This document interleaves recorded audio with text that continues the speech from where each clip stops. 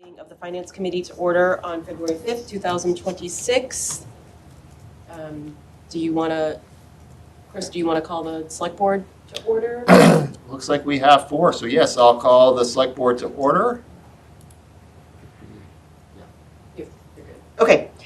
First order of business is open forum. We have a couple of things at least. I have two things, if you don't mind. So on behalf of the Land Use Management Department, I just wanted to announce to the boards and committees, as well as the public who's watching, that on February 23rd, from 6 p.m. to 8 p.m., we are going to be holding our second public workshop on the Route 40 corridor study. It's going to be held at Stony Brook School. And this will be an open house style workshop, so people will be able to come in and out during the 6 p.m. to 8 p.m. period to learn about the project and participate without having to commit to the entire 2-hour time frame. Of course, if someone wants to stay for 2 hours, you're welcome to do that. I'm sure you'll get a lot out of it. And then secondly, there is still a survey ongoing for our Linked and Livable Neighborhoods Littleton Road project, which is our pedestrian plan associated with our MBTA zoning districts. And this is scheduled to close this Sunday. So if you do want to fill out that survey, it is on our Linked and Livable Neighborhoods Littleton Road project page under the Land Use Department. So please feel free to participate if you can. Great. Any other open forum items? Online. Okay. All right, let's go into the budget, and we're on general government, and we'll just go through each of these. So anything for the select board? No. Okay, town manager? Yeah, I do have one thing. Chris, we just wanted to ask you, in our last meeting, when we were responding to some questions about the public safety communications, can you kind of explain to me, or explain for us how extensive your examination of that thing went? Sure. So we have an idea of how deep it went. Absolutely. So over the course of my 3 years here, I have been in conversations with both the police and fire chief over regional dispatch and getting their bearings and where they stand related to it, as well as our former public safety communications operations manager and our current manager, Andy Sherman. I've also spoken to the state about the potential grants and opportunities there related to regional dispatch, as well as other municipalities who currently have regional dispatch, or other municipalities who have explored it and have decided not to do that at this point in time. Okay, so the only comment I have on it is, did you reach out to any of the other towns around here at all? Yes, I did. Which ones did you? The town of Acton, Okay. Chelmsford, and I know Tewksbury is not an abutting community, but I've spoken with Tewksbury as well. Okay. Because I would suggest that at some point in time, you revisit that, all right? And I think the towns I would look at would be Groton, Littleton, Boxborough, and possibly Tingsboro.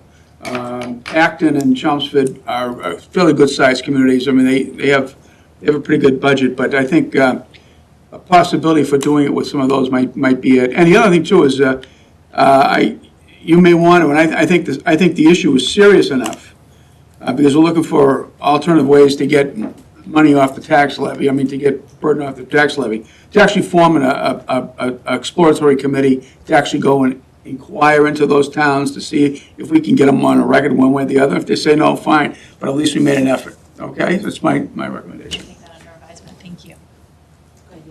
Just along the lines of my colleagues' questions, I imagine that, even if there's a long-term savings in doing something like that, part of that discussion would have to be the initial upfront costs for both personnel and equipment. Mm-hmm. And is that something that you have been thinking of as part of that, and is it part of the cost-benefit analysis? Right. So specifically to Westford, we spent several $100,000. I don't recall the year, but outfitting the old training room in the fire department, in the police department, to have combined dispatch when the fire department moved down to Boston Road. So we are carrying those costs right now. I know there are some grants associated with starting up regional dispatch, but then there would be the costs remaining after that when the grant runs out. So we are exploring those opportunities. Just to clarify on that, because it's important, is that there was discussion in the beginning that it would be a regional dispatch, all right? And there was no follow-up on it, and this is before your time. And as a result of that, what happens is that we get stuck with all the costs, or the object is to be able to spread those costs out, so just for your reference.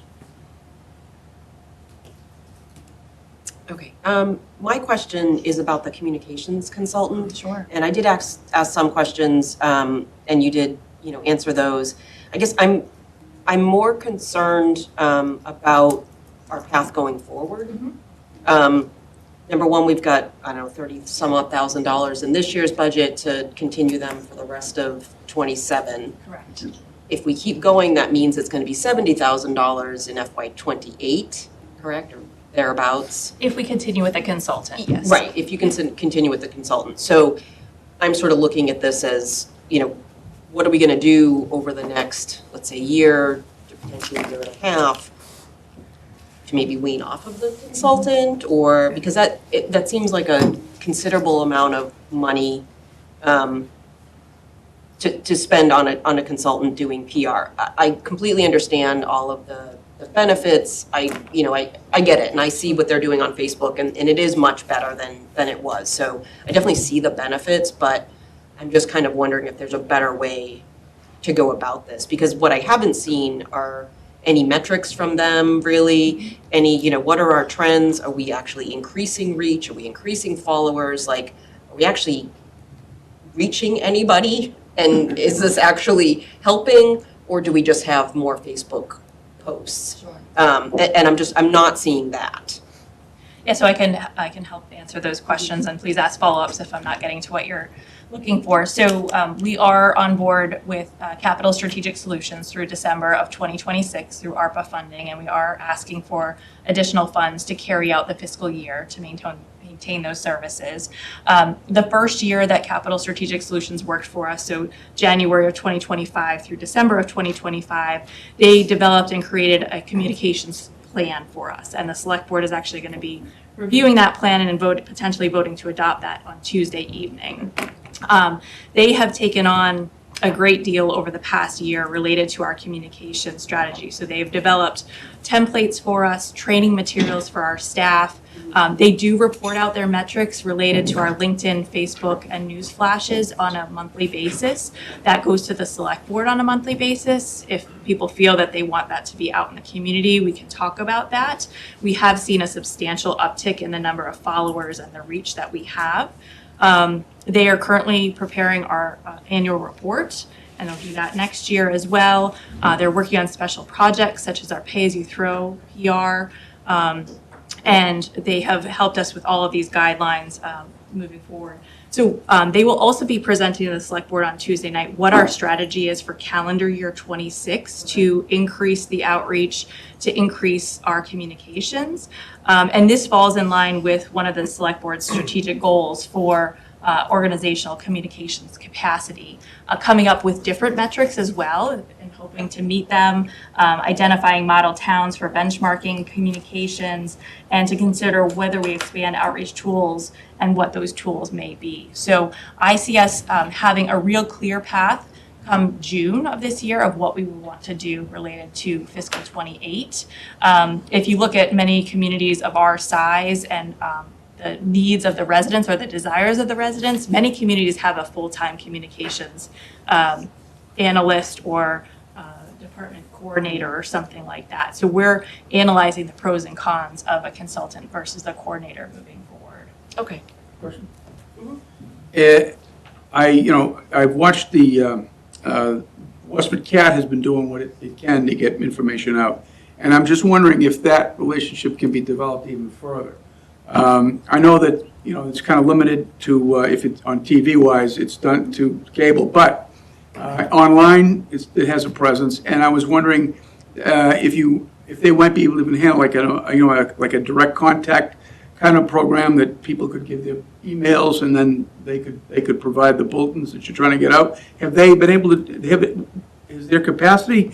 I haven't seen them recently, so is their capacity still up there, and are they willing to engage you in something like that? I haven't had those conversations with them in the past. I know that our communications consultant feeds all of our press releases to them. So they are Okay. using a lot of our press releases in their news at this Okay. point in time. We will be renewing their MOU hopefully shortly, and that potentially could include something. We haven't investigated it fully yet. Very good, yeah. That's an interesting idea, Dennis. I just wonder if there might be some sort of conflict. If they're trying to be an independent news source, there's probably a fine the line same that you concern. gotta, You- you gotta walk there. You still have the right to be able to disclose their news source. So you have the Sure. right to be able to give them your news bulletins, whether they don't want it printed or not. Right. It's fine, but I mean, they're supposed to be providing a service to the community. Oh, for sure. This is, and one of your, when you give out a bulletin, that's a requirement, that's a. And so anything definite- that CSS has put out for us, WCAT usually picks up and puts that out in their news. Yeah. Okay. Anything else for town manager? Okay. Let's go finance committee. Do we have any questions? Finance department? Never seen a dime of any of that. Yeah, really. Finance department? Town accountant? See me up there. Board of assessors. I have one for Okay. them. Go ahead. This is Will Nazer up there by any chance? He is, yes. I just wanted to ask kind of just a general comment. I provided some information as I looked at the tax defaults and things like that. I just wanted to get any idea from him if he's detecting any pressure on property tax payments at all, and what the extent of the, if any, of that situation might be. Hi, good evening. Can you hear me okay? Yes. Okay. So in terms of feedback from taxpayers, and are you asking whether it's? Are people having problems, I know there's some distressed properties, it looked as though they went up, and indications like that there's some issues with the tax collections. Yeah, so we have a slight bit of uptick in applications for abatement. So people are coming in, and I would say it's more of an economic thing than a value aspect, meaning, people are more concerned with their taxes than their value, and of course they go hand in hand. But in terms of the distressed properties or people that aren't paying taxes, I really wouldn't have any metrics on the collection side of things. But I can just tell you that we have had we were in the 30s for people appealing their value, and we're in the 60s this year. 30s last year, 60s this year for applications. Okay, thank you. I have a few questions. Will, I had asked a question about new growth, and you answered it, I think, pretty well, but just for anybody who's listening, I just want to make sure that I understand this like crystally clear. For new growth from year to year, let's just take the example of one resident's house. They didn't add anything on, they didn't change anything, nothing has been done, but their assessed value goes up because the market goes up. Does any of that make its way to new growth? No. Thank you. New growth, there's 3 components to new growth. That would not be one of them. That's a market change. Okay. New growth, the lion's share of new growth each year is from new construction. So that's value that's added each year that was not there in the previous year. So typically, it's additions, it's new residential properties, or if we had any new commercial or industrial properties, which we did have a couple new industrial properties on Route 40 this year. But the majority of new growth comes from new construction. A market value change in somebody's property does not constitute new growth. Thank you. Because I think there's a lot of misconceptions that when your house assessed value increases, somehow that translates into more money for the town. And that if it's strictly just an assessment that's increasing and you haven't added anything on, you haven't done anything to improve your property, that's not what happens. Right. That's not what happens. So if you can visualize this, pretend you have a bucket. Dan O'Donnell, the finance director, has a bucket. This is the way I like to explain it. Has a bucket. He fills the bucket up as much as he can, which this year is about $44 million. Then that gap amount to make 144 million or 140 million, whatever it was, the 100 million, he looks to me and says, that's what we need. So we're the back end, and then we do a simple math equation to say, we need this amount of money divided by 7.1 billion, comes up with a tax rate, and then we apply the tax rate ad valorem according to value of the property. That's Yep. how the taxes are done. Yeah. Okay. So just to clarify on that, Will, because last week we actually had some public comment about tax rates, and I think this is something that I learned a year and a half ago or so in conversation with you that, and I want to make sure I understand this correctly. Our tax rate, as you just described it, is the result of a mathematical equation. It's not that it's arbitrarily set, and rather it's in figuring out what the maximum amount is that the select board can go up in overall assessed value under Proposition 2.5 plus new growth, and then applying that to the total value to get the tax rate. So am I understanding correctly? The tax rate's done at the end of the process as a result of a mathematical equation, not really dictating things up front? Correct. So when the budget is set, we know what the number is, and then it's very odd, but in the middle of the budget of the tax year, December, we finalize the budget. If you were a regular company, you wouldn't do that. You would do it before you started the year, but that's how Massachusetts does it. And it's simply, what do we need? What's that gap amount? And it's a math equation. And then there's a tax classification hearing with the select board, and they choose the tax burdens, because we can shift the tax burden to commercial. You can shift it the other way too, but typically you shift it to commercial or industrial. But that has not been chosen for a long time, or if ever, in Westford. I think there's a little confusion here, maybe. There's setting the tax rate, but then there's also assessing the property. Correct me if I'm wrong, Will, but you just did an assessment last December, which is where you went around and you basically assessed the valuation of the properties that were in town based upon the market value of the area that we're in. And what happened is you assessed that they were at higher value. So when you make that assessment that they're at a higher value, they will necessarily pay a higher tax rate when you decide to impose the taxes. Am I correct? If I can just, I'm not sure that's. yeah, totally so what it is. when, that person may pay a higher tax bill.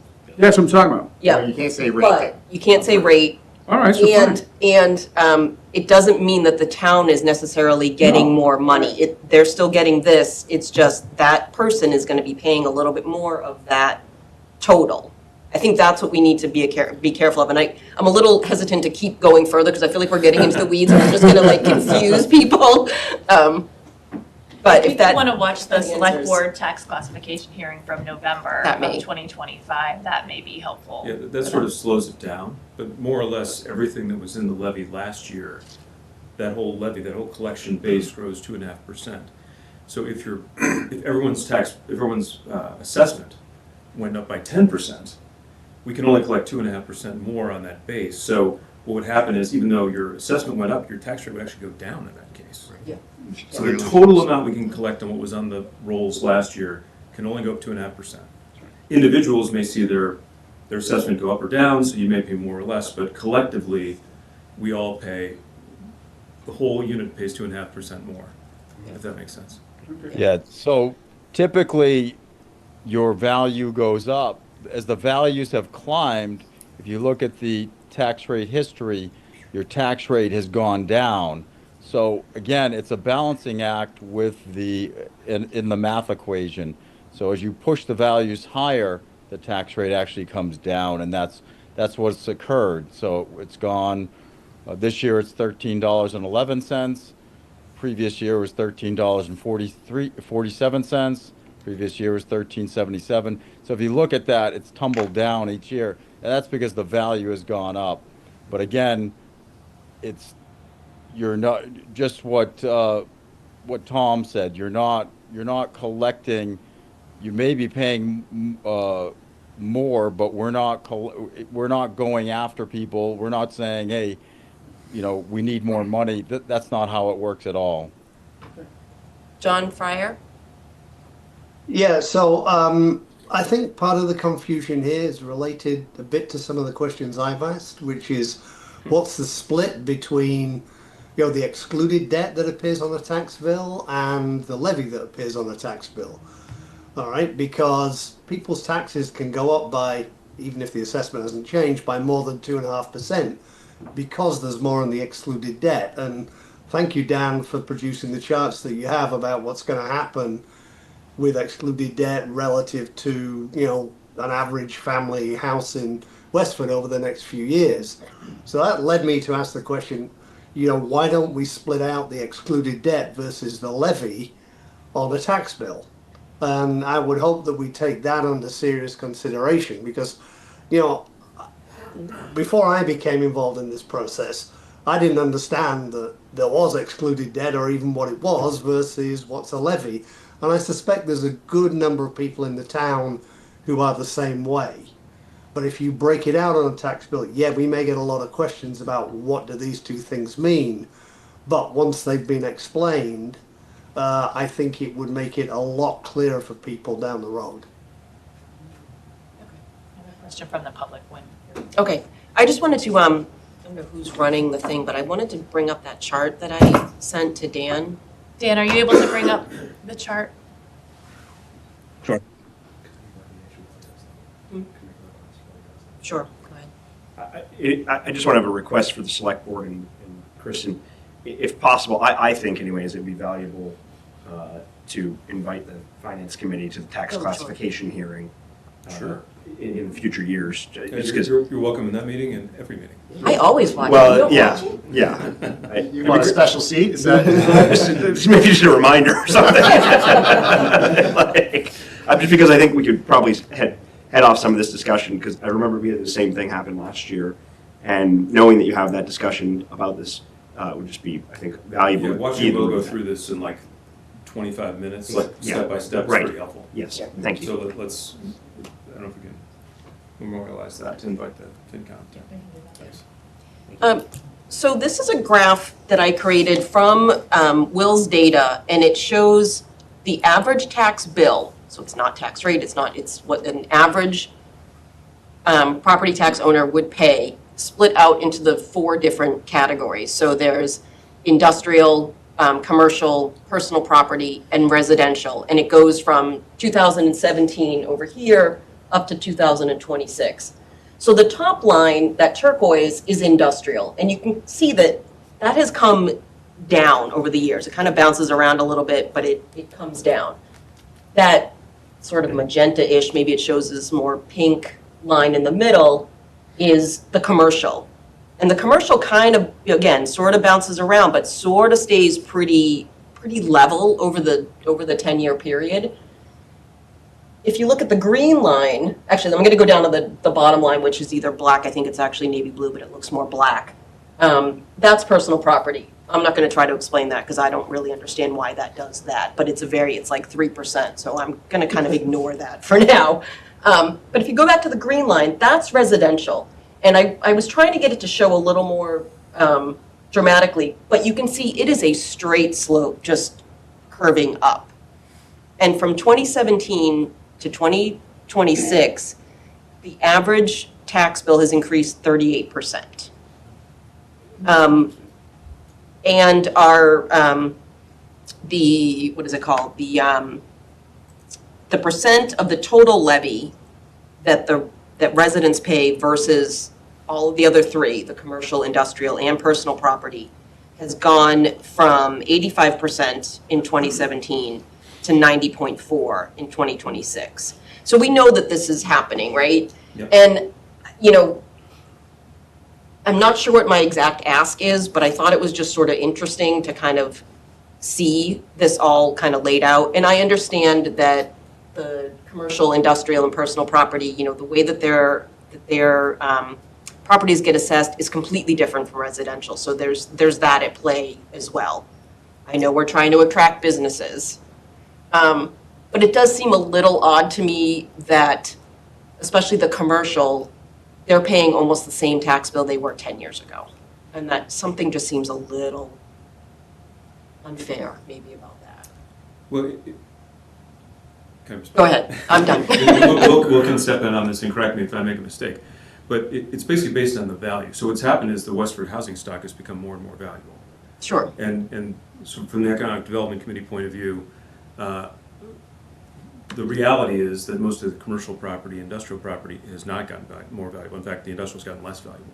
And that's just because of what companies need and what businesses need and what we have here to offer. So it's a market-driven phenomenon. So fairness, I'm not sure is, I guess I wouldn't characterize it as a fairness question. It's just if the actual those types of structures or those types of footprints in real estate have become less valuable, we're asking the same thing we're asking for everybody. It's just they're getting less valuable and the houses are getting more valuable. So, I mean, we could decide to do a split tax rate, but the problem with considering that is that if the problem is that it's becoming less desirable to locate in Westford because of a whole bunch of factors, if you raise the tax rate, that makes it even more less desirable, even lesser desirable. So anyway, I understand, I appreciate the graph, and this is an interesting take.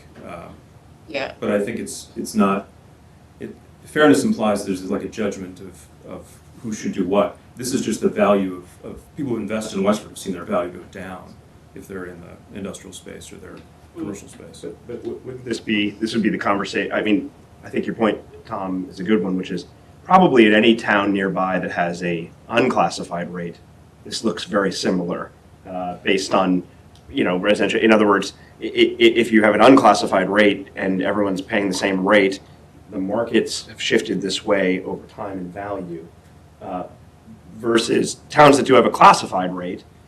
This is part of what they're considering when they're determining each year how to have that split moving forward. Is that right? I guess I would hold back on saying what other towns are doing because I haven't looked at the data, but I think you're probably right. But I mean, we could study this more and see if other towns are seeing a different trajectory, and if there's something we could do that might have an effect on that. But Well, I mean, like, take Littleton, for example, where there has been substantial investment in commercial property. I would expect their graph to maybe look a little different, right, than us. So I don't know if you can do an apples-to-apples comparison between communities in that manner. But it might be interesting. And Littleton See. has a split rate. Yeah, they do have a split rate. I mean, I think this would be really interesting to look at. So I think this is a good thought. Yeah, I'm just looking back, you know. In fairness, I guess I'm just directing the fairness. Sure, and Which is maybe sort of that was like- just, Yeah. you know, maybe that wasn't the correct word, but it just, you know, what bill has stayed the same for the last 10 years?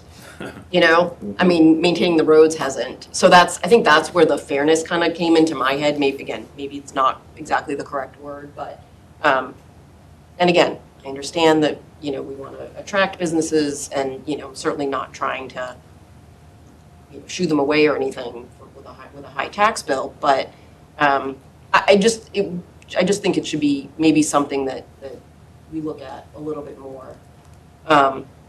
Because that burden on the resident it just continues to grow, that 90% continues to grow.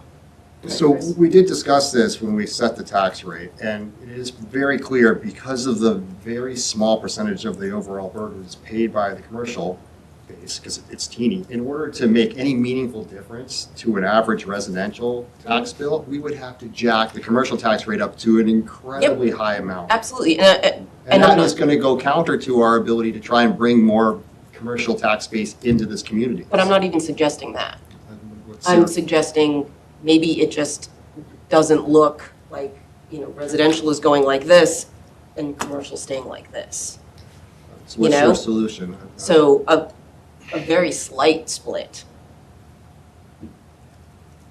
I mean, I think I get it. So it's a good idea to look at Littleton. That's a good example to look at. So we should figure out the right time to do a similar analysis, because there you've got both the important variables. You've got more commercial development and you've got a different tax rate, and we should look at that and see what that looks Sure. like. So what was the increase from the 85 to 90%? What was that on? That was the portion of the levy that is paid for by Okay. residential property taxes. Got it. Thanks. Right, which is a split between the increase in the housing base, which is part of it, relative to the industrial base, and the value of the housing base relative to the industrial base. So those two factors, when you multiply them, give you the difference. But to the point that you're making, I mean, I've lived here now 50 years. I've seen this town change quite a bit. What's obviously missing, the blue line in particular, I mean, when I first got here, it was Nardone. There were several businesses in Graniteville that were manufacturing. Route 40 had manufacturing plants all along that area.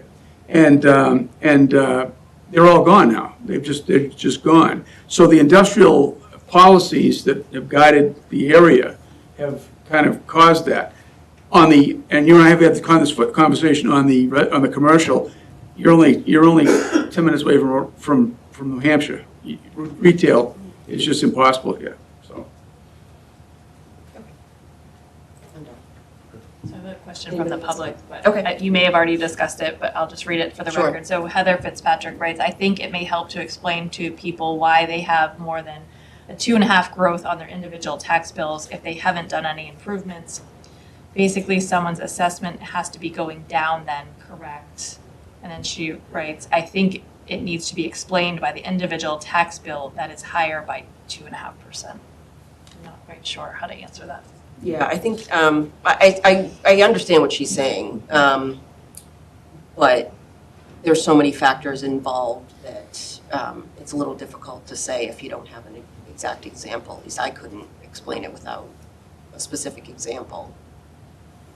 Yeah, so if I could Sure, Will. add just a little, I'll try to be as succinct as possible. So there's three different pieces to the puzzle, really. There's the tax rate, there's the tax levy, and then there's an individual tax amount or a value amount. So when I study and analyze the sales, and if only 2% of the town sells, then I study that 2% very, very carefully and then make adjustments. And then we have very sophisticated software that changes, say, colonials more than ranches or capes more than split levels. So that's why you have varying degrees in changes in value of individual homes. So you may have a value change of 7% or 8%. Your tax rate and your taxes from year to year, from last year to this year, may only change, say, 3 to 4%. But in the bigger picture is what we collect in that Proposition 2.5%, which has amended new growth, debt exclusion, Proposition 2.5%. So there's a lot of things to it, and I would go with what Kristen said. Take a look at that tax classification hearing. That presentation is on the assessing department page, and there is a specific slide that addresses the 2.5% calculation, the rendering of it, and hopefully that helps. So you will have varying values, because all real estate is different, and you will have varying degrees because you're ad valorem based. You're paying your taxes according to the value of the property. I hope that helps. Thanks. Anything else? Okay. Let's go on to treasurer collector. Anybody? No? Legal services. Human resources. Technology. I think Do you need something to? If Nathan could just give Sure. a quick Yep. overview, he's one of our new department heads, so just like everyone to meet him. Welcome, Nathan. Thank you. Good to see you. Nice seeing you all. Good evening. My name is Nathan Gilmet, and I'm the Director of Technology for the Towns and Schools. I'm here to answer any questions tonight regarding the technology budget. This budget was prepared by my predecessor, Mike Wells, who has since retired, but I reviewed it and believe it to be an accurate reflection of the town's needs. The primary drivers of the budget consist of personnel services, which consists of 3.5 FTEs, contracted services, which consists of the software as a service applications used by various town departments and to provide services to residents, and workstation support, which is primarily composed of the town's Microsoft 365 Office productivity licensing. I do want to note that for the past 3 years, this particular budget item had been subsidized through ARPA funding, but the town is now covering it in full for the FY27, and that is reflective in the budget. Combined, these three budget lines consist of approximately 71.5% of the technology budget. Thank you. Welcome. Any questions?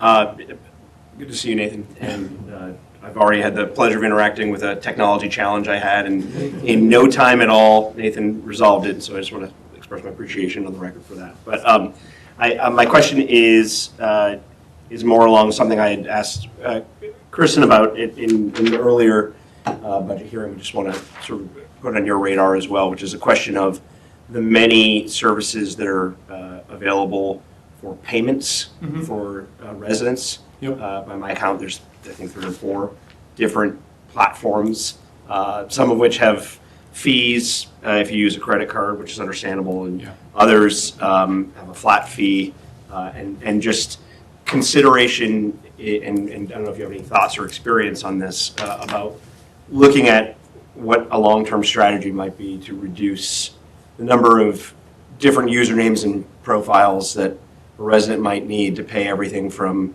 after school to lunch, so including the school department too, to water, sewer, dog license was another one, and a different platform for the stormwater. There's kind of one big one, but then there's a bunch of other ones, and just thinking, A, is there a cost savings in the long run for both the town and the residents of looking at a more streamlined approach? And B, is it something that would make it easier for folks to interact with from a technology perspective? Yeah, absolutely. As a resident, I fully agree with the pain of all the different portals and stuff and going through them. So I think that's definitely something I can work to looking to see if there's anything available that we can kind of consolidate and work with finance to make sure that it meets our needs as well. Great. If we could find something that was more user-friendly, we may get more people opting to pay online. Yeah. Because I think I've asked that in the past, and it seems like the online payments are a little on the low side, for like property taxes and things like that. Yeah, when we're looking at a new permitting system and rates and fees and all of that, the online payment is going to be wrapped into all of that conversation as well. I would just ask to include the school department as well, since they have, I think, 2 different platforms too. Just to chip in on that, so this could be another place where if you've got your colleagues in similar positions in other towns, they may have the same situation and they may see something that's better. So. Okay, excellent. Thank you. One quick Go ahead. I seem to remember, and this may be before your time focusing on this specific thing, but last year in the discussion around IT, there was an emphasis on switching to sort of managed services in kind of in lieu of capital investments in equipment. And I sort of had the impression that that would result, that we would have some duplicative expenses in the first part of this transition being sort of last year, and then it would kind of level out or go down in the coming years, but it seems to be sort of continuing to grow. Has anything changed, or and I guess generally, how are things going with the transition to managed services instead of owning it? So I'm not overly familiar with the changes. I just started in October, so it's certainly I can look into and follow up on that conversations that have happened. in the You're past. talking about on-site servers versus Yeah. cloud servers, yeah. Oh, okay. Are you? So, yeah, okay, sorry, I misunderstood. So usually when we review our current, like I've been going through our existing budget and looking at all the services that we use, make sure we're properly licensed, that we're utilizing the services that we are paying for and that we have, and that the staff are, getting the full advantage of what those services offer. There is always a balance of weighing whether it makes sense to go, I'll say cloud hosted, or having it on-prem. We still do have a significant amount of infrastructure on-premise. What I have been finding is that you have to weigh each of these applications and the services they provide, individually, realistically. I'll give you just a quick example. We've used a web help desk and asset inventory system for the past, I think it's over 10 years now. In January, last month, it was up for renewal, and they wanted to go from $4,000 to $12,000. And there was no change in service. There was nothing new. It was my existing license, and they just wanted to increase it, up to $12,000. So we're going to bring that actually back on house, because that's something easy for us to bring in house and to essentially eliminate the ongoing cost once we have it running. That's what I assumed you were going to say. Yeah, we weigh these things out. Changed. Yeah, sometimes the vendors, like once you're in with a platform, you have to negotiate and see what else is out there, and kind of keep an eye on what the competitors are doing, because it's an evolving thing, and they like to rates change, and you have to review the market again to see if there's a better alternative at that time. Thank you. Thank you very much. Thank you. You're welcome. Next up, town clerk. Anybody have anything for town clerk? Permitting and building department. Any other questions? Hello. Good evening. I'm Eric Todd, the building commissioner. Welcome. Thank you. Nate, go ahead. Yeah, I'm just curious, as as someone who, over the past couple of years, has interacted with your department, one thing I've noticed just is, first of all, everyone has been fantastic, but at the same time, getting schedules for inspection follow-ups and things like that can be seemingly challenging, and it's clearly because they're stretched very thin. And I'm just curious, as we grow as a town, if, do you have the inspectors you need to meet the demand? I spoke to one of the inspectors, I didn't realize we were sharing that person with another community nearby, and just, are we positioned to bring on a bunch of new construction and be able to meet the demand to ensure that, your department's not the pinch point for development overall? I'm just curious if that's something you've thought of. In my professional opinion, that we are definitely understaffed with inspectors. We do have a few potential major projects. Obviously, no permits have been pulled yet. Until they're pulled, I don't want to say we have them. I have worked in communities where I've worked on developments like that. And we could be looking at possibly 2-3 days a week, 20 inspections a day, just in the 37 Powers roads, for example. So my opinion is, no, we do need help. We do have some money set aside for the start of 37 Powers, but if 37 Powers and Westford Regency, if they're both going at the same time, we'll definitely need help. And we have built in additional funding for this year's budget. For this year's, yes. If we do see we need additional, we could always supplement in the October budget, and we will be seeing an increase in permitting fees from these development projects. So this is very much on our radar, and we've been trying to track this as closely as possible. So just as a follow-up, if I may, Madam Chair, what are we sharing for inspectors right now, and with which communities are we doing that? From what my understanding is that Don Marash, the plumbing inspector, works for Chelmsford and works for Westford. Okay.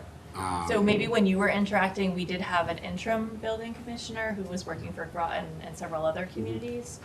With Eric coming on full-time, our building commissioner and our assistant building commissioner are solely town of Westford employees. Okay. So we're just sharing the plumbing inspector Yes. between the two communities right now? Yes.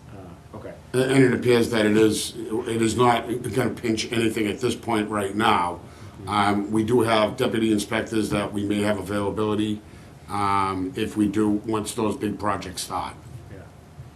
Is there anything mutual aid like, I'm thinking of our fire conversation, in the building department world with nearby communities, or does that not really exist? That doesn't really exist now. Okay. If we do need to bring on a third-party building inspector for something, that is a conversation that Eric and Jeff and I would have. Okay. Again, in another community, if the need arises, but Okay, we will great. look into that. Thank you so much. And we have, just to add, we have made a lot of changes since I've got here. We have gone all online. We've completely eliminated the online and permitting. I don't know if you've experienced that, but we have eliminated that. We have been communicating with all the departments that, through permitting, we're all, approving, sending it through our permitting system right now. It is, a little bit old, antique, but it's doing the job. We're doing our very best. And I mean that with all due respect. But we have made a lot of strides this year. I would just reiterate that I've dealt with multiple inspectors in your department, and all been great experiences. Well, that's great to hear. Yeah, thank you. If I could just add one little part to that. That is another reason why we're exploring a new permitting system, because that would create additional efficiencies and would save some staff time. Obviously, we won't know until we have it how much is saved, and we also don't know the timing of all the various developments, but that is one of the reasons we're also exploring that. And through my prior town I worked in, we did bring in a system like that, and the efficiency level went right through the roof. That's a technology solution or a software solution? Yes. Yes. Yes. Anybody else? Thank you very much. Okay, thank you. Next up is conservation and land management. Anything for that? Planning board, Yes. Dennis? Don't go away. Thought if I left the table, we would ask questions. I want to get before he escaped. That's good. I wanted to ask you, I sent you some questions on it, and you gave me a response. But I want to clarify a couple of things. As you are well aware of, the last time that there was a master plan done and implemented, it was about 2017, I think, right? That's when the implementation plan was submitted, I think, around 2017. Yes, the master plan All right, implementation. so since that time, and the documents that have been put out through our strategic plan have highlighted affordability and housing as a goal for the town. And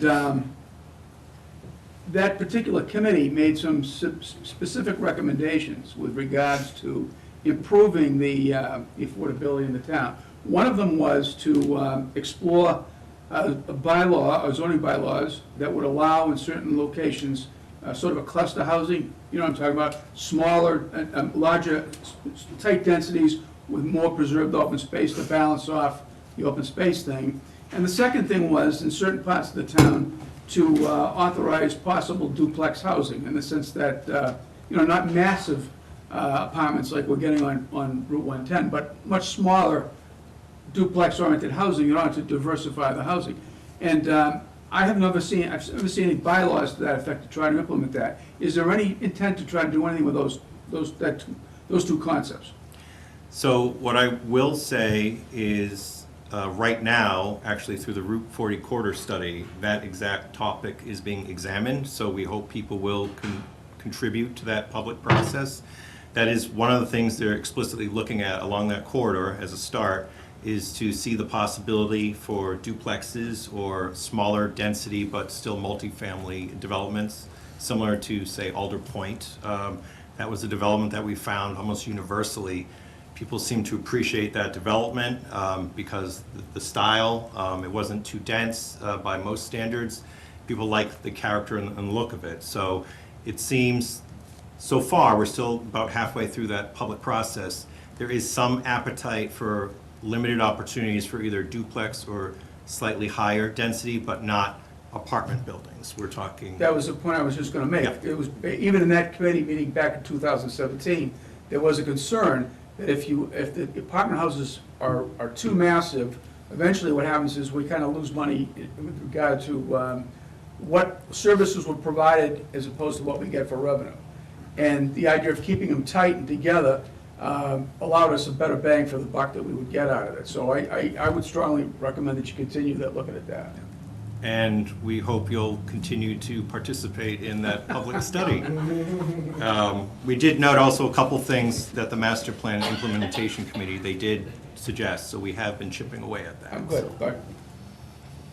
Anything else? No, I think you're done. Thank you. Thanks, guys. Yeah, thank you very You're much. superstars. Appreciate you. They work hard, they work hard. Zoning Board of Appeals. Town Hall. Public Buildings. Is Jeff on or not? He's on. Okay. The only thing I wanted to say on this is basically just to repeat my comments that I made when Dr. Chu was here for the school committee about moving the building maintenance from the school budget to your budget, Jeff. I hope I didn't throw you under the bus when I said that last week. Just to sort of decouple those, and so that education and school building maintenance, that there's no way that they're competing against each other in the same budget, just to kind of, make those a little less muddy. But for you, how would that change anything for you as far as workload? Because I think you're still sort of managing all the work that gets done for those buildings, correct? Yes, that's correct.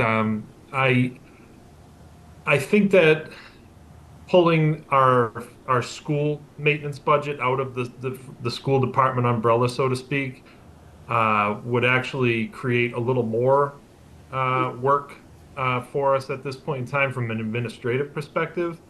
I think that, we've been finding a lot of areas in which we can consolidate coverage and supervision between town and school buildings, but at this time, I'm not really advocating to remove that from the school department budget. And I have had some follow-up conversations with Dr. Chu and Jenny Lynn as a result of the question last week. And I also spoke with Dan O'Donnell on it. And at this time, I don't think there's an immediate desire to want to do that with the budget constraints that we currently have. I think that keeping it in there provides a little bit of flexibility in the event we have an emergency in one of the schools, as far as, if we have a generator that goes down that needs to be replaced on an emergency basis. It does free us up to have a little bit of flexibility to work within the school department budget to do that. Okay, that'd be interesting. I might want to talk to you a little bit more about that later. Okay. Okay. Anybody? Anything else on public buildings? Okay. John Cunningham. Oh, John Cunningham? Yeah, I think moving that money out of the school department would be contrary to the town charter, would it not? What was that? I didn't hear.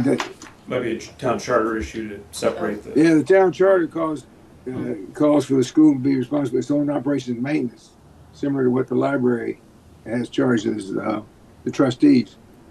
So I think you might be looking at either a change there, or it might not even let it happen. Yeah, I think the point is if we want to do it, we just have to, there might be a multi-step process to it. Okay. All right. Didn't think of that. Okay. Anything else? Debt service. Risk management. Just everything under risk management. I can put one question on debt service. Yep. You want debt service? Go ahead. So Dan, on the debt service, looking at the figures that you posted on the sheet, the spreadsheet that you gave us about this, the debt seems to go up 2029. It's I think 665 for a certain value home. Then it hits a peak at 921 and 234, and then it goes down again. Can you explain what's driving those particular spikes? Des, was that on the worksheet I sent out to you? Yes, it was on one of the spreadsheets. Okay. Let me see if I can share that so everybody can see what we're talking about here. This one? Let me see. I don't see anything yet. Yes, that's it. Sorry. The last, from 2029 all the way down. Yep, so this is sort of how we estimate the impact of excluded debt on the tax bill. Just to explain the spreadsheet, going backwards, we have the levy limit over here, the total assessed value and the tax rate, and then the amount of excluded debt. So after 2026, we just keep everything the same, just to come up with projections on how that would impact your current bill if we add that debt on. So in this column right here, the excluded debt from fall off, that's all currently authorized debt already. In this column here, we have estimated debt for the WA roof and the building maintenance systems that we're still investigating. There's a placeholder in there. It's a over $24 million request, and we have a placeholder in FY29 for that. And then we also have a placeholder here for the Robinson School, which is currently, we're looking at options for how to proceed with that project. We have a placeholder of $50 million in the debt falloff schedule, which it could be higher, it could be lower. It's just a placeholder, but it's just to let people know that that's out there. And that would be phased in over a couple of years. So basically those two projects, those would add to the excluded debt totals over the years. So if your average home, the average one's $852,000 in Westford this past year, in FY28, the excluded debt is expected to be $277 on top of your bill. If these projects are both approved, that could jump up to $665. Again, just estimates at this point, but this is to kind of give some awareness on the impact of those potential projects and how they might impact your tax bill. Just follow-up question.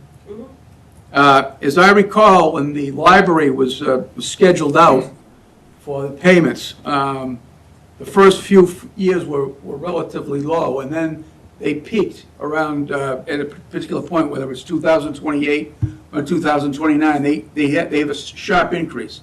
Is that reflecting some of that, or is that something else?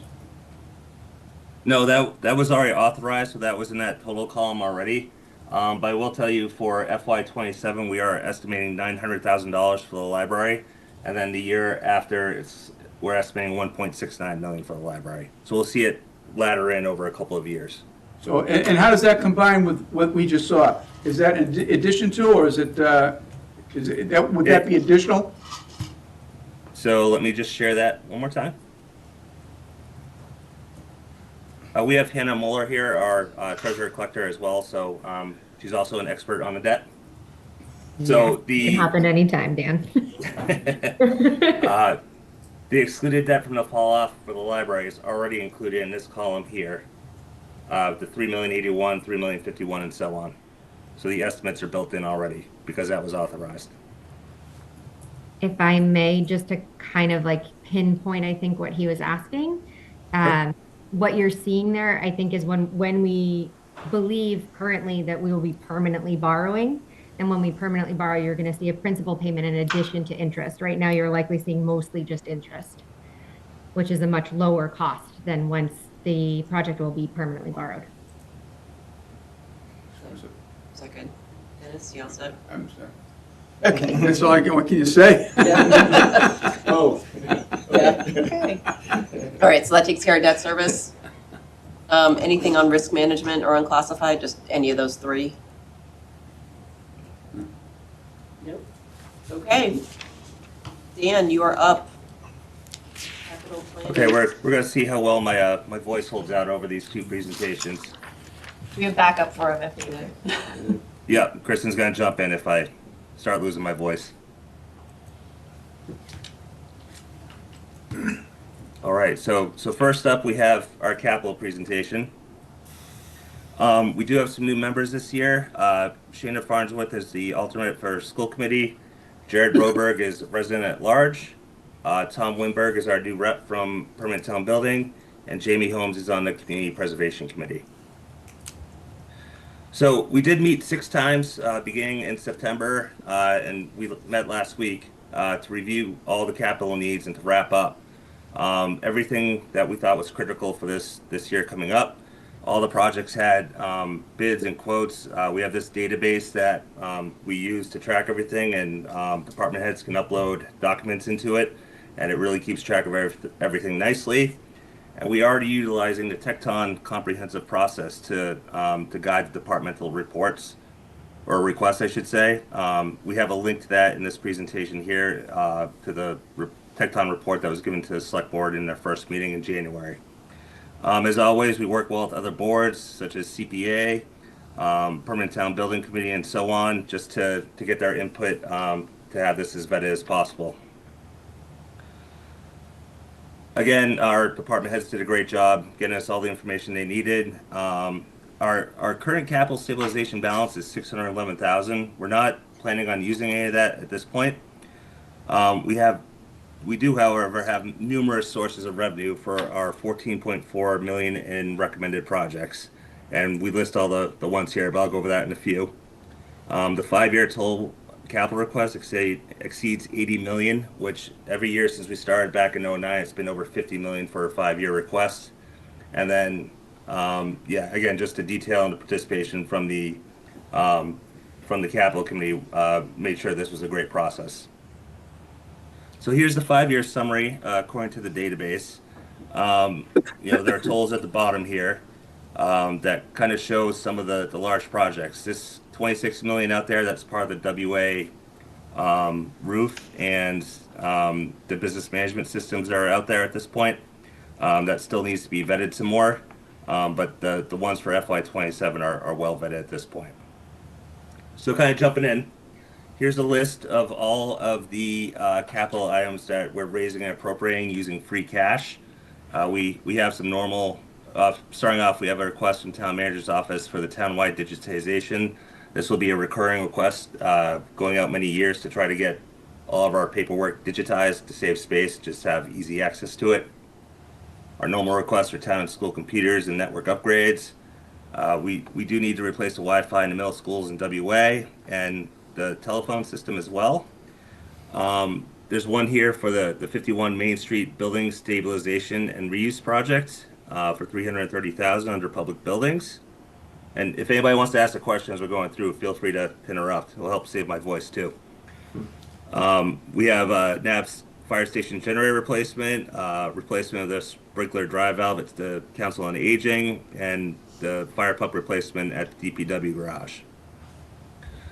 Police are looking for some radios for mutual aid because their radios don't communicate with neighboring towns, so we're purchasing some of those.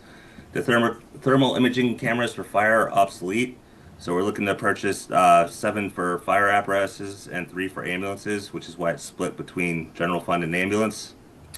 And fire is also looking for a replacement officer vehicle for the deputy chief. The schools are looking for a new plow truck for snow operations, and they're having issues with their fire alarm control panels at Miller and Nab, and they're also looking for a tractor to load salt into trucks, which will be housed at Beacon Street garage.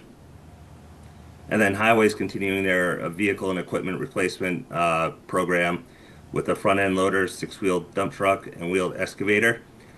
In the motions, which we'll take a look at next week, we are proposing to transfer funds from the current town hall parking lot appropriation because there's no plan to use those in the near future, and we could use source free cash at this point in time. All right, and then Dan, we I'm have sorry, Dan, if I can interrupt real quick before you move to the next slide. Is there course. something special about the replacement officer vehicle? It looks like you got $110,000. Yes, there is. So the chief and deputy chief have scoped this out is to purchase the vehicle and equip it with the lights and the computers and all the necessary equipment at that point in time. It's a diesel vehicle. I can pull up the specs for you if you want some more information. It's a diesel Tahoe. A diesel Tahoe. As long as it's appropriate review has been done on. Yes, fine. the It just capital seemed like it planning was committee asked a lot large of number. questions, and the deputy sufficiently answered their questions. Okay, thank you. What was the purpose for it? It's to replace the deputy fire chief's vehicle. Oh, the deputy fire chief, okay. Can I ask just more details about the 51 Main Street building stabilization and reuse project? Like, what would that entail? Yeah, Meg can answer that I can question. speak to that. So we've been over this pretty in-depth with the capital committee and also our planning discussions with PTPC following some additional discussions we had with them in the past. But basically at this point, it is to dry the building in. We've got active water leaks in that building right now. We have a roof that desperately needs to be replaced. We've got siding that needs to be replaced. There's a small portion of that amount, about $40,000, to do some interior cleanup, both to the former fire station living quarters upstairs, as well as the former dispatch office that's downstairs. And that downstairs portion would be put into service for animal control. We're going to be tearing down their former building over at Beacon Street. It's been out of commission for a number of years. And right now they're operating pretty much out of their vehicles and a conference room downstairs. So most of it is actually to get the building dried in and prevent any further deterioration so we can make a decision about it at some point in the future. If we let it go, we're not going to have any choice on what we do with it. It actually is structurally still a very sound building. Well, I would just say that it's been sitting there now, I don't know how many years, quite a few, and. Since 2018. 8 years. Okay, so that's a while, and It hadn't gotten better with age. And if it's costing us now $330,000 to keep it from falling in, I mean, I hate to say it, it's sentimental, but I mean, things don't last forever, so. Ask how much it I don't costs know to if- get rid of it, though. Huh? Ask how much it costs Well, to get that's rid the of it. question, how much does it cost to tear it down? 600,000 to 800,000.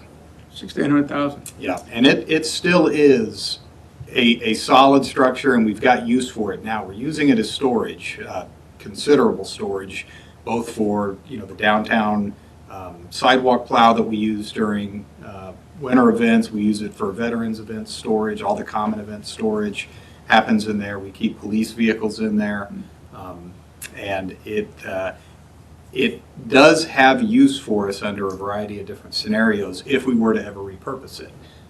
There are uses that aren't a $10 million renovation of that building. It's good square footage, and we desperately need space for animal control right now. So Okay. this lets us get a body back into it, which, if you know anything about vacant buildings, you got to have some life in them to kind of keep some caretaker status.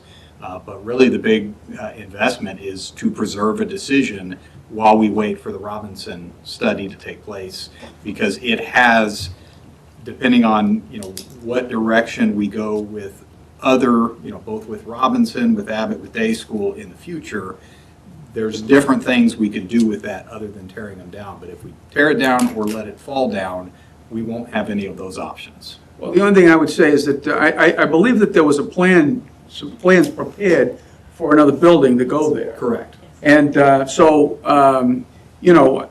I realize that, you need space, but if you're pumping $343,000 a year into something like that, and you're not quite sure where it's going to go, I think even if it's $600,000, you might be better off to start thinking about, that's it, So it's not $343,000 a year, it's one-time cost. All right, one time. And Still. we studied this with the Tecton study for town facilities, so we'd be happy to sit down with you and have further conversation. I just hate to see 343, and then ultimately we tear it down. It would be kind of a loss of money. Even if we were to tear it down in the future, we are 7 to 10 years away from being able to make a decision on kind of what our space needs are for the town. So this does give us continued use of it.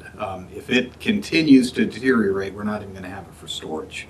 And it is our only indoor vehicle storage for inclement weather with our police vehicles right now. So taking it down, we would have to find a pretty decent amount of square footage just to deal with the things that are over there. Like I said, this summer we'll be tearing down the Beacon Street Animal Control Facility. So you're using for dry storage then over there? Oh, yeah. Okay. Oh, yeah. And we do hold indoor events there on occasion. I'm supportive of investing to not let it fall down. I just want to say that. First and foremost, I think that's the right strategy. I also want to just sort of ask, as part of thinking about, you mentioned the 7 to 10 year longer term. I assume, but just want to confirm that the school department is part of that, in particular for their Yes. office Yes. space. Yes, they are. Just pointing out that there are a bunch of trailers right now. And That's That's very part of much on kind of the front of the discussion is what we do. So. thank you. Sounds like we need to share the 400-page Tecton report with some folks so they can. It is linked 2 slides before, so All right. we're happy to get it over. Dig into that, you can see the plans, the potential plans for It's- dealing with, yeah. It's for- vast. Yeah. Vast. That's It's a incredibly well good. done. Sounds thorough. It is. And it's just the beginning. We've got a lot of work to do on the capital plan, so. Anything else on this page? We let Dan continue. Okay. Go ahead, Dan. All right, next slide.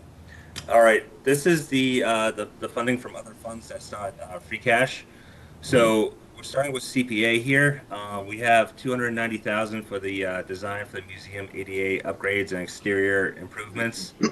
The town hall roof replacement, the slate roof and cupola is on here as well.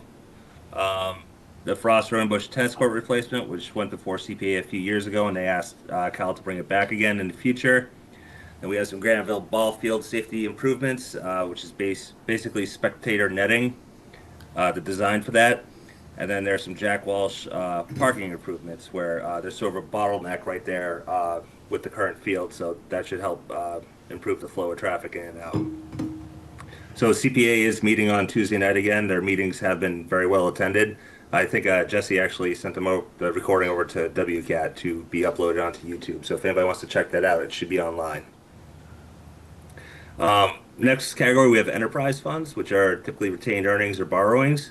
For the water, we have a backhoe replacement, the replacement of the high head and backwash in their plants, the replacement of the nutting treatment plant dehumidifiers, and the installation of a remote meter reading collector, which basically captures all the meter readings remotely. And with this addition, we should be able to capture about 90% of the town. For stormwater, we have culvert designs. Let's see, this is for, Old Homestead Road and Longmeadow Road. And then we have the construction of 2 culverts, the first being on Cold Spring Road and the second on Forge Village Road. This will be a bonding article here. And lastly, the engineering equipment for surveying is getting old and obsolete, so they're requesting some robotic total station survey equipment. So it's just higher tech equipment for the field for the engineers. Down here, we're moving down to general fund bonds. The Cameron Senior Center HVAC, we did just get pricing back today. The estimate that we're putting out there for town meeting is $2 million. However, with rebates, we should be able to get that number down some, and I'll let Mike explain that a little bit more on the next page. For the schools, we have the 30 Beacon Street roof replacement and building improvements. That's basically that's the old highway garage, and the school uses that for operations, and the building is kind of deteriorating, so they're requesting this to shore it up. The Littleton Road widening project design, basically we're requesting to authorize a $650,000 bond, but it's being matched by a $500,000 state grant to get that done. And then the Pleasant Street and Patton Road sidewalk construction, which goes from Palermo Road all the way down to WA, is in here for $1 million. And then just wrapping up, we have some items that don't go to town meeting because we have funds available. It's the annual pavement management program where DPW goes out and repairs the streets using a Chapter 90 money. We have the condition assessment of town-owned bridges, again using Chapter 90 money to fund that for $85,000. And then we're planning on using the lease to town buildings revolving fund to fix the fire escapes at the Frost School and Old Nab School. So I'll pause there if anybody has questions on those.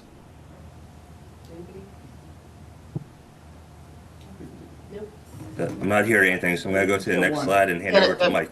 Dennis has one. Yeah.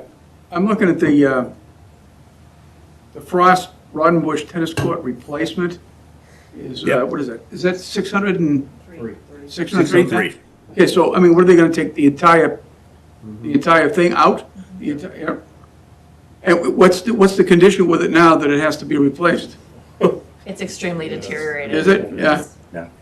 Yeah, Kyle is actually in the audience. Kyle, I don't know if you want to address that. Hey, you look. He's not here.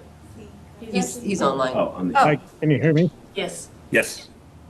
Yeah, so Dennis, so that project, the existing courts are beyond usable life at this point, and they do need to be torn out. One of the big issues is the subsurface soils are really poor there, so we do need to take the courts out and rebuild the entire facility. Okay, and that's gonna be done through CPC, is that how it's gonna go? Yes. Assuming they approve it for that, yes. Okay. Chris? So Kyle, since you're here, can you just clarify the project scope for the sidewalk? I thought Dan said it went to Palermo? And then up to WA? The proposed sidewalk project runs from just south of the Cameron Center on the other side of the road, all the way along Pleasant Street up to meet up with the existing Patton Road sidewalk. And the idea is that it would improve connectivity from the Cameron Center and the neighborhood area in Forge all the way up to the Westford Academy. Okay, so I take that it's going to go all the way down to the senior center.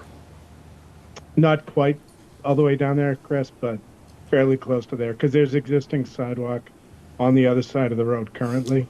So we're going to match into the existing sidewalk that's there. Okay, thank you. Nate? Just a question on the Jack Walsh Fields parking improvements.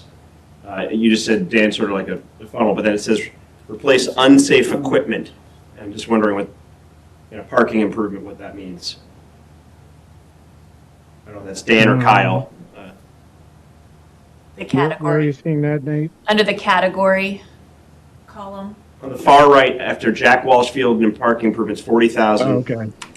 It says parking improvements, Yeah, Dan explained that, but then it says replace unsafe equipment. I'm just curious what the stop sign? Or? No, that's kind of a misnomer. The project would involve taking out the existing old failing wooden bollards and wire rope system that separates the parking lot from the playing surface currently, and we'd install a new timber rail. And the bigger concept is that Park and Rec Commission had asked us for is to also look at improving parking capacity there. And so our engineering team had done a little bit of work out there to come up with a plan, and they came up with a really terrific plan that we were happy with and the commission was really happy with. But it had a pretty hefty price tag. The estimate was about $340,000. So the commission recommended that we go with the sort of a phased approach and go after the most pressing concern, which is the ingress-egress problems that we have since we moved the driveway and the narrowness of the current parking lot there. So if the project does go forward, the new timber rail would be installed in accordance with the future plan, so we wouldn't have to undo the work that we're doing now. So it would be in favor of that future plan, but we're just proposing to address the biggest safety concern right now. Okay. So it is sort of failing unsafe. It's the existing bollards there. Yeah, sure. Yes, okay. Exactly right. All right. Yeah, I'm very supportive of trying to improve the traffic flow there as a neighbor to the field. It definitely is noticeable during any major soccer days. So Yes? Could you explain, you may have already done it, but if you could explain it again, the FY27 pavement management program, what does that entail? So that's our annual program for the streets we resurface or rehabilitate. Okay. It could include anywhere from crack sealing to full reconstruction. Okay. Anything else? Okay. We can keep going, Dan?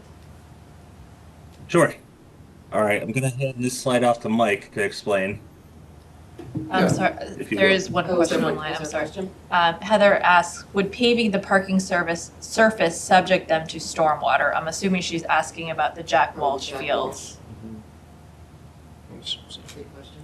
Yeah, so if we ever do get to that stage where we did pave the parking lot, we would certainly meet all stormwater requirements that any other project would have to. I think your question might also just be, would that increase the DPWs or the town's, stormwater fee because it's now impervious? There's a town It piece. likely would, yes. Yes, it would. Something. Yes, it would. It would. Yes. The total bonding on this is, what, 4.2 million? Based under those, from the Cameron Center all the way there, the rest is paid out of the free cash? Free cash, CPC, or enterprise. Okay.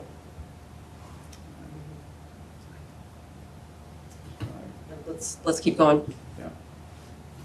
All right, I'll hand it off to Mike here. Dan, you sure you don't want to talk some more? How's the voice? I'm gonna take a break before the next one. Thanks, Mike. Okay, so we've given a few updates on this in the past, but as you know from the prior updates, we're back in it with Amoresco and trying to work through what we are now approaching as a phased series of projects. The first phase, we have now really kind of reorganized things a little bit so it captures the PPA solar agreement that we have from the Blanchard project and the Cameron Senior Center HVAC. So that's what we feel fits well within our current needs and our current scope right now.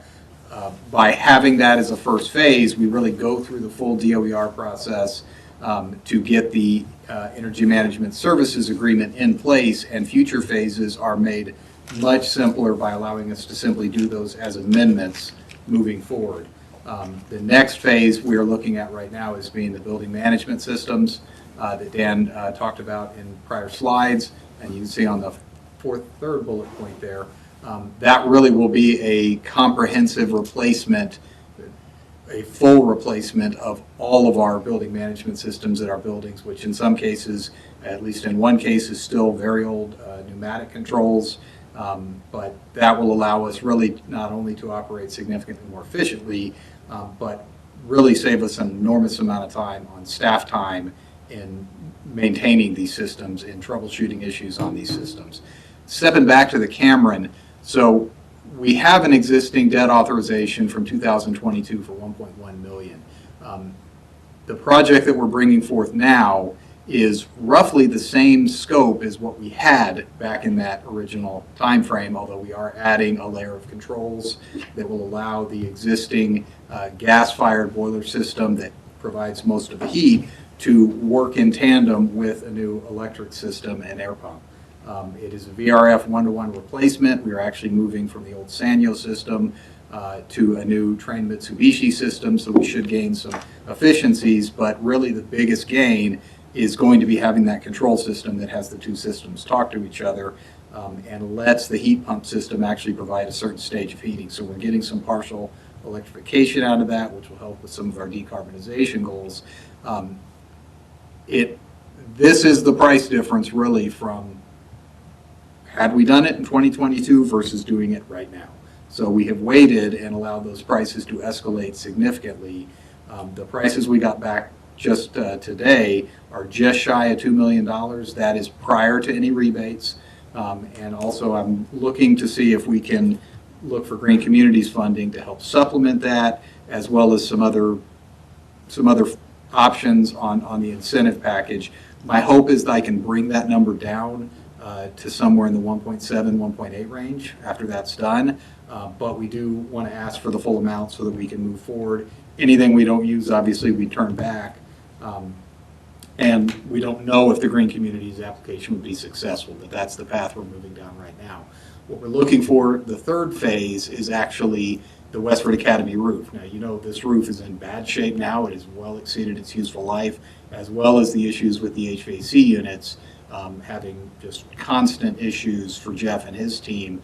We feel the most appropriate thing to do at this point is try to pursue an MSBA project for the roof, and then look at doing the HVAC under a performance contract as a phase 3. So we're in some early discussions with MSBA on, can we do something where we pair a performance contract with an MSBA project? It hasn't really been done before, but I'd like to give it a shot and see if we can make something like this work. So we feel the benefit of doing the MSBA part is worth waiting, and so Jeff's prepared to kind of do what it takes to get that system to limp along until we're getting there and figure out where we can go with this MSBA project. So happy to answer any questions on that, but we do feel the Cameron is the most immediate priority. We have to get that done. We have, roughly half of our VRFs over there are non-functioning right now. It's really a nest of extension cords and window units, space heaters, things like that, trying to keep that building operational. Any questions on that? And we have talked to CASC, and while they were hopeful that we would be able to do the full electrification, it is entirely too costly. Is Kyle still here? Where do you go? What was your question? There he is. Oh, there he Okay, is. actually, can we go back to the I think it's the free cash expenditure, the capital expenditures for free cash? I just want to get his explanation. He's got 3 vehicles down there again. You got front end loader, 6-wheel dump truck, and a wheel excavator. Can you give us an idea of what the issues are with those vehicles, why you need them, and just we have some kind of frame of reference on them? Yeah, absolutely, Dennis. I don't have the exact details right in front of me. All 3 vehicles are beyond their useful life. The front end loader is a primary piece of equipment for us, loading trucks in the winter in particular. But it had some significant repairs over the past year or so, and some downtime. So it's beyond a scheduled replacement. The 6-wheel dump truck, as we've talked over the past couple of years about that, our fleet remains quite old, even though I am happy to say we did finally receive our truck that we ordered in April of 2023 about a month ago, and we've received 2 of the other trucks from 2024 this year. So we're starting to make some headway there, but we're still quite a bit behind on our primary plow fleet of trucks. And the wheeled excavator, that's a really important piece of equipment for us. We use it for, obviously, our drainage repair projects, but we also use it for our roadside mowing, which helps keeps our right-of-ways clean and drivable, and helping with sight distance issues through town. And many other uses. And that one was down over 60 days last summer due to just various electrical and other kind of problems. And again, it's just beyond its useful life. All 3 pieces, it's really hard to find parts for them because they don't make the parts for those pieces anymore. So it's becoming harder and more expensive to repair them as well. So long way of saying basically they're becoming obsolete units, and to maintain our efficiency and productivity, we consider them needed replacements. Okay, thank you. Anything else on capital? I think we're good. Go on to revenue.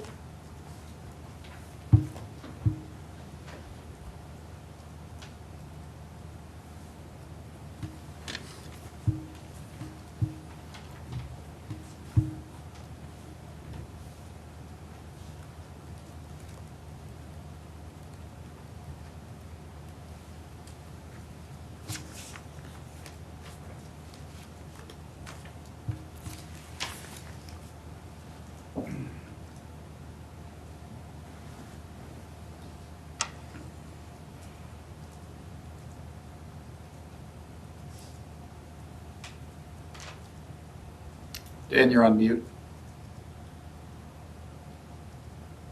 Sorry, I was trying to find the correct presentation here.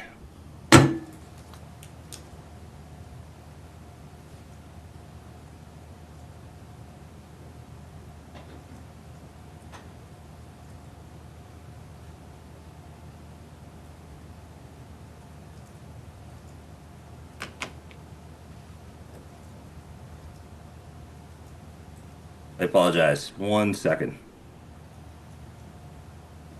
I'm used to having more screens.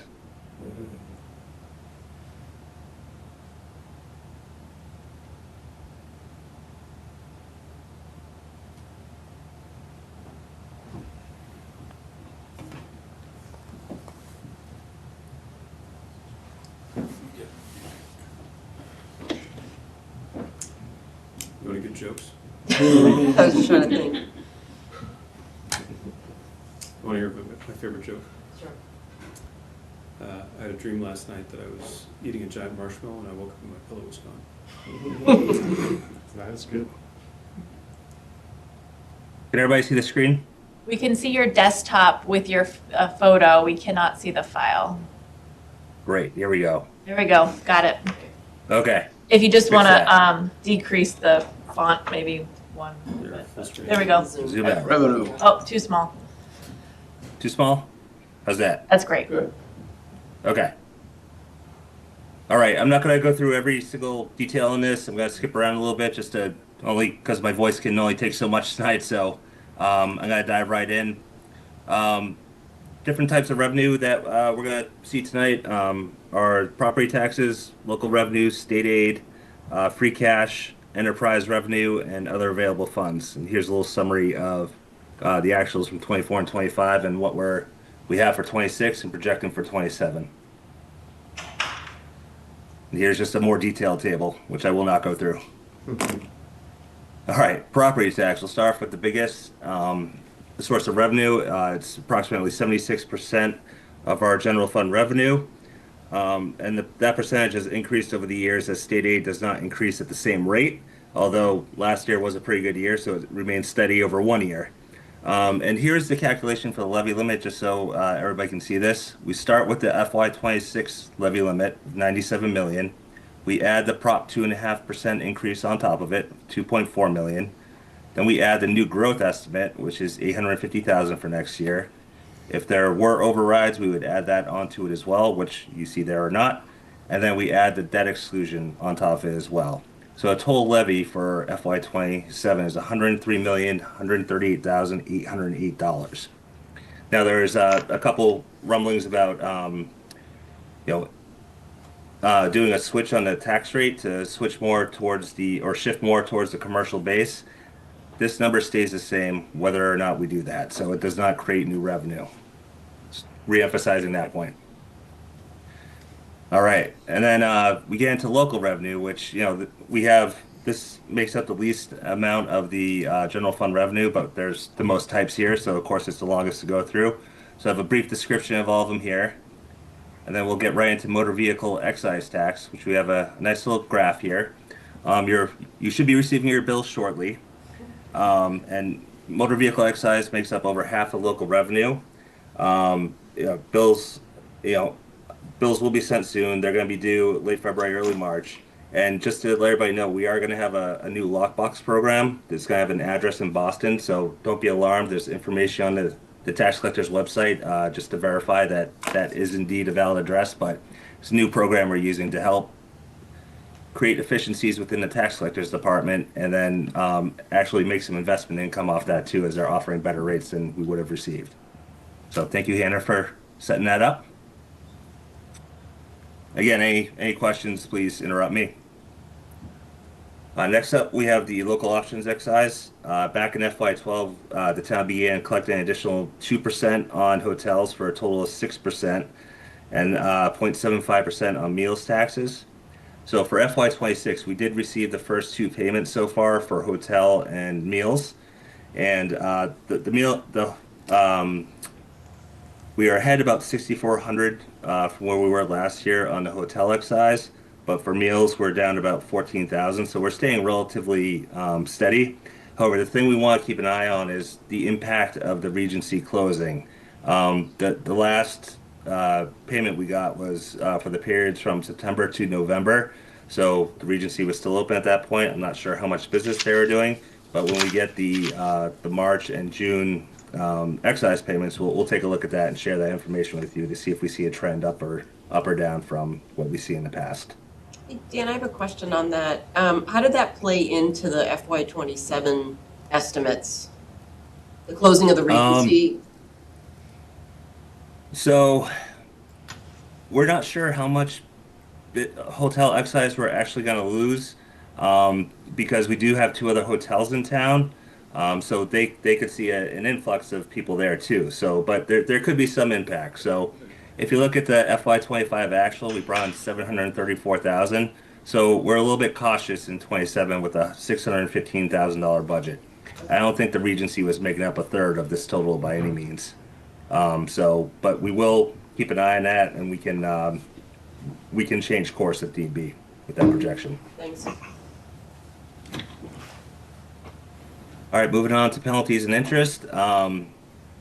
Right now we're lagging a bit behind, which is normal at this time of year because the motor vehicle excise bills haven't come out. Interest is supposed to be punitive in nature, and so we want people to pay on time so the town stays solvent and keeps running. So we do encourage people to pay their bills on time. Below here is the payment in lieu of taxes. Our largest contributor is MIT. And we always get those payments in June, so it's very common not to see anything there for mid-year. But those payments go up slightly year to year. Fees. All right, this is a good one. We're tracking well ahead of schedule right now with a $165,000, $250,000 budget. And the big change here for next year is the inclusion of the pay-as-you-throw fees. We have a line item for $275,000 in general fund revenue. So that is boosting up the fee projection from 26 to 27. It's over doubling it. So, yep, that's the big note on that page. The cemeteries, we usually see between about 30 to 52,000 in revenue each year. This is for the grave openings. And it's just general fund revenue. And then other departmental revenue is very sparse over the years. We used to collect a $1,000 a year lease for the day field, and sometimes we rent out. There are a couple of occasions where we rent out some fire equipment for movies in town that we're shooting, and so they paid us for use of those trucks as well. And licenses and permits is actually it's doing quite well so far this year. We're at 68.9% of the projected building permits through 6 months, even though we've had some staffing vacancies throughout this year. And our projection for FY27 is just under 1.14 million, and we're on track to exceed this at this point in time. Special assessments, we just budget the amount that's due. However, sometimes people pay off their assessment early. These are for like betterments and things like that, which we don't have a lot of activity out there right now. And fines and forfeits was an interesting one. Our police department is fully staffed and they have been busy. They've already met their FY26 budget as of December 31st. So overall, we're at 99% of collections, or 99% of budget halfway through the year. And then investment income is always one that we keep an eye on as well. Rates have gone down. The feds keep dropping the rates, so we're about 3.75% on T-bills at this point in time. You can see the volatile history we've had. Like, not much has happened between FY10 and FY18. We had a little bump, COVID hit, and then interest rates went right up, and then it started level off for the past couple of years. And this was to curb inflation here. So right now, let's see here. We've earned about $238,000 in investment income through November, which is about $30,000 less than last year, which is to be anticipated, seeing how the rates dropped. Our budget for next year is $500,000, so we're going to keep an eye on that, just at the federal level, and make sure that that won't be an issue. The $238,000 projects to $572 on a straight line method over a year. Dan, just to insert a commentary on this, we are also coming to town meeting to look for the town to adopt the prudent investor rule, which would allow the town to invest in other opportunities other than what we are allowed in now. Many other municipalities do this, and it would probably boost our investment income. Hannah Mueller is on the line, our treasurer collector, if anyone has any further questions, but I wanted to preview that as one of the warrant articles that will be coming before town meeting. Yeah, we'll go more in depth next week on that. So just since Hannah's here, what are some just top 3 additional investment opportunities for the public to think about if we do go and vote? Yeah, so really the main point of going prudent is that right now, most of our funds are only allowed to be invested on what's called the legal list. And the legal list hasn't been updated in a very, very long time. And no one ever really figured out how to manage it properly, how they were going to decide what companies could come on and off of that legal list. So it's never changed, which means we have almost no opportunity to invest in things like technology of any kind because the list is so old. There are things on the list like McDonald's. There are also things on the list like GE. So as you would understand, that really limits how we can spread our funds out and how we can shift when the markets change, especially when we saw huge changes in 2020, 2021. We didn't have as much flexibility because we were stuck with just these investments. So now we'll be given the opportunity to spread out in a much greater way and be able to kind of flux when the market changes in a really more up-to-date sort of manner. So that's the really biggest upside. Okay, thank you.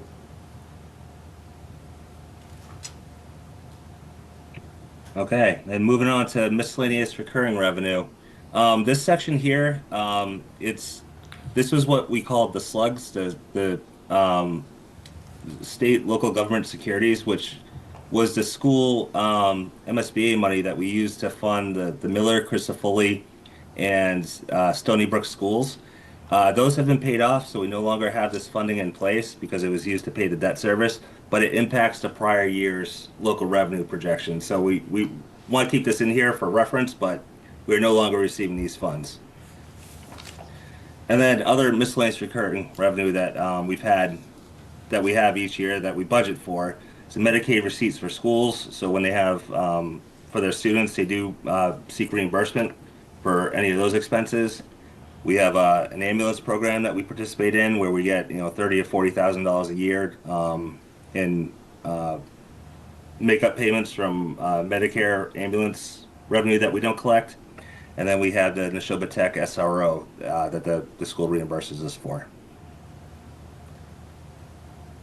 Then we have our miscellaneous non-recurring revenue. So this is money that we get throughout the year that's not budgeted and not recurring, so we can't use it to balance our budget.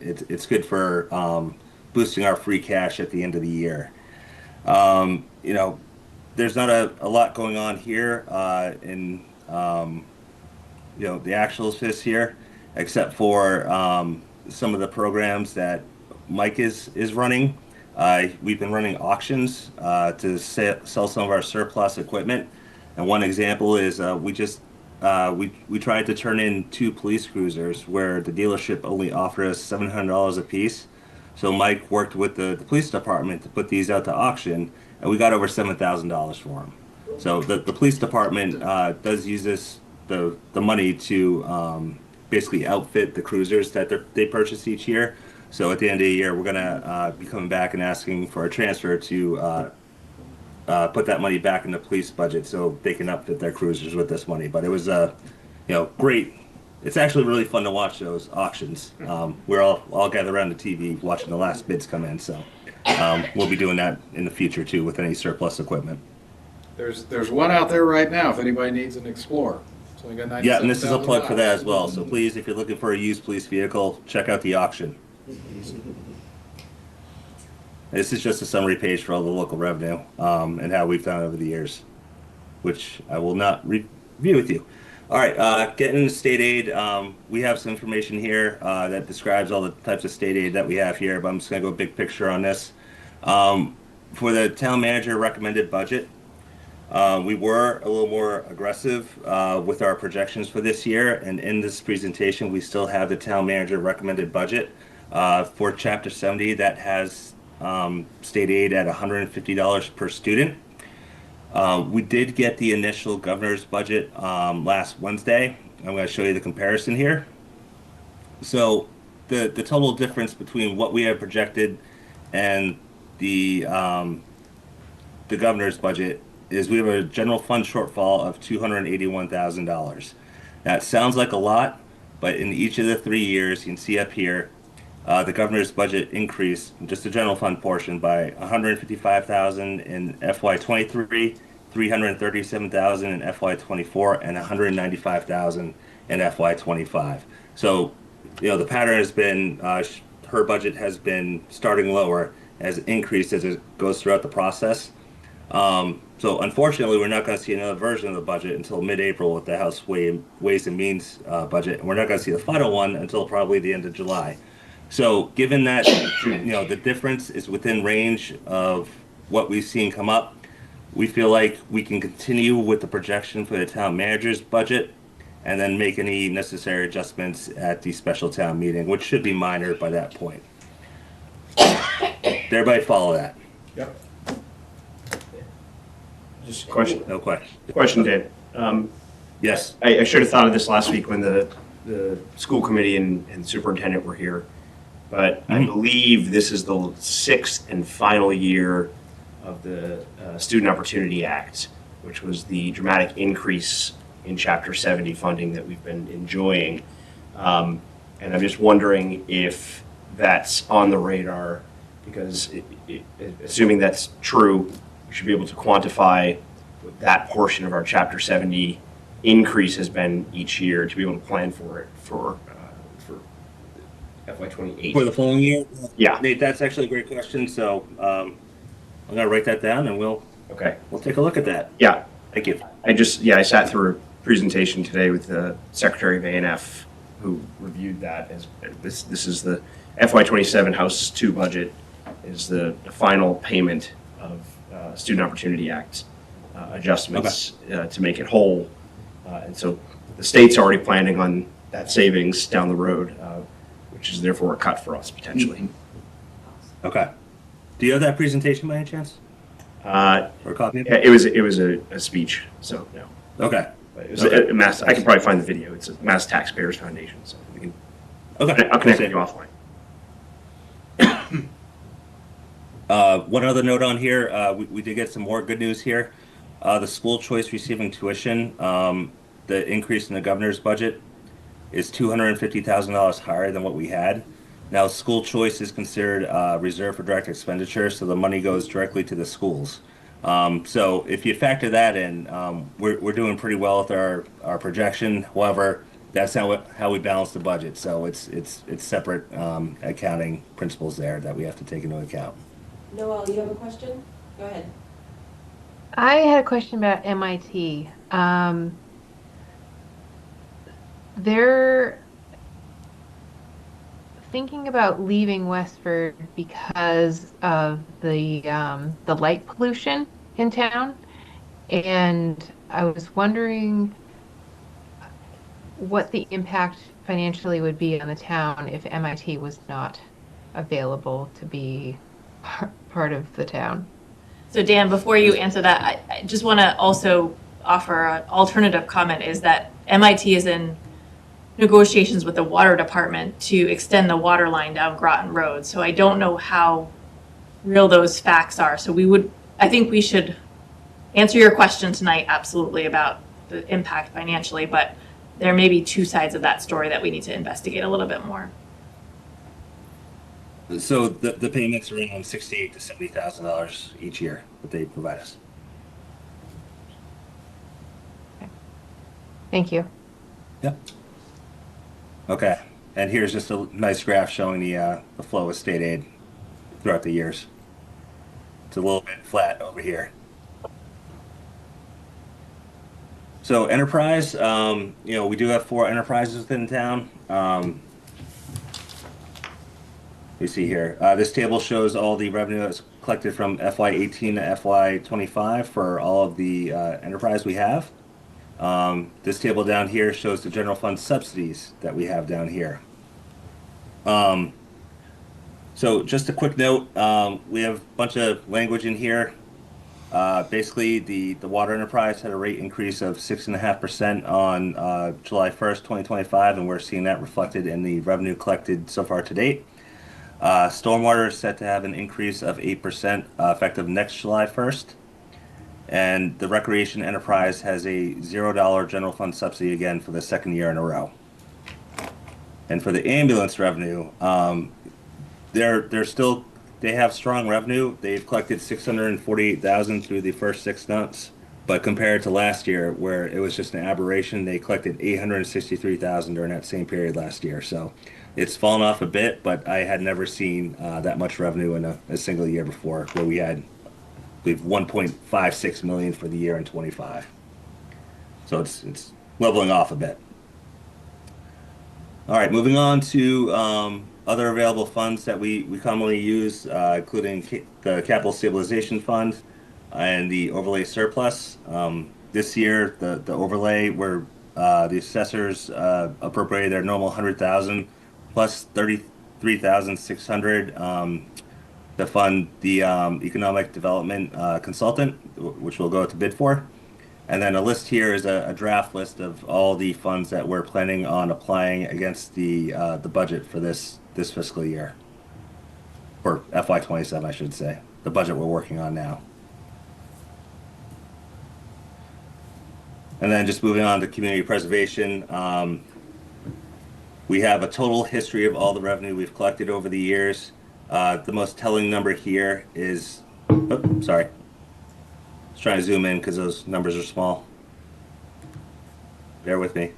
Is the state aid or the state match we've gone is 16.1 million versus a local collection of 37.6 million. So that is our return has been excellent over the years. It's almost 40% on those. So, and overall we've raised 58.8 million for those community preservation projects. All right, getting into free cash. Once again, we're proposing an operating budget that we're not proposing to use any free cash to balance the budget at this point in time, which is best practice. We've only had a couple times in the past few years. One was when COVID hit. We did apply $352,000 to fund a gap. And then 1 year was just to fix the snow and ice deficit when we had more snow than expected. So we applied that against the operating budget as well. And just to wrap it up, we have our final slide here. Basically, just a note here that the Community Preservation Committee has not made their recommendations yet. So these available funds here, those are low at the moment at 1.8 million, and they should ratchet right up once they make their appropriation. So this will change. And that is it for the presentation. If we have any questions out there. Just a question about the prudent investor rule. Does that require another body of oversight, or what's the level of oversight associated with? John, I'm sorry, you're breaking up. Can you repeat that, please? I was curious about the prudent investor rule change and whether that requires more oversight or another governing body to oversee something like that. Do you want me to speak to that? Yeah, Hannah, you can. Sure, go ahead, Hannah. You're the expert. Absolutely. So as of right now, we have investment firms that are already overseeing most of our funds. So this is really just a shift in how they would be allowed to oversee our funds. We also have the ultimate power. So if at some point we wanted to make decisions like certain types of funds that we wanted to invest in for maybe social reasons or things like that, we can also do that.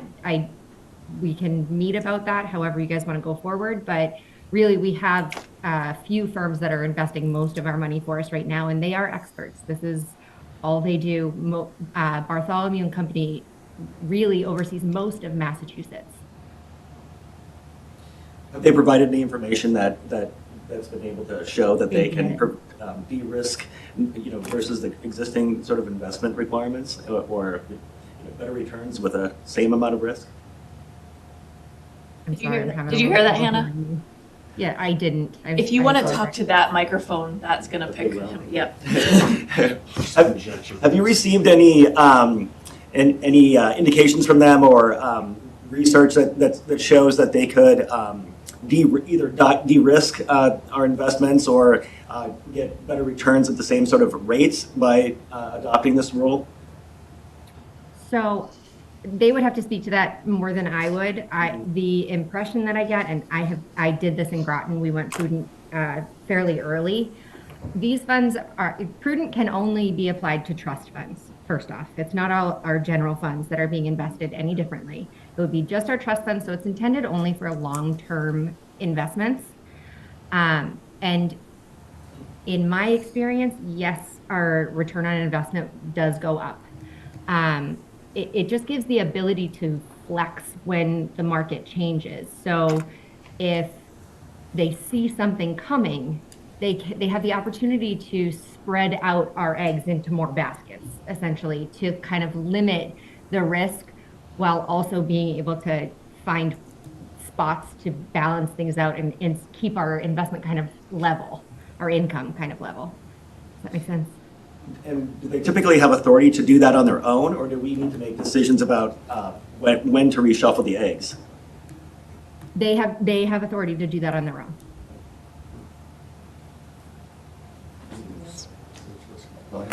Yeah. Okay. I think that does it for revenue then, unless anyone has nothing else. Thanks, everyone. Yeah, thank you. So we'll go on to old business if you guys want to. Kicking us out, huh? You can stay, but. No, it's all right. We can go into session. Can we go into session? We did go into session. Okay. Yeah, you maybe do the heavy lifting, buddy. Well done, Chris. You're a hero. So John and Noel and Sean, if you're still out there, I will entertain a motion to adjourn.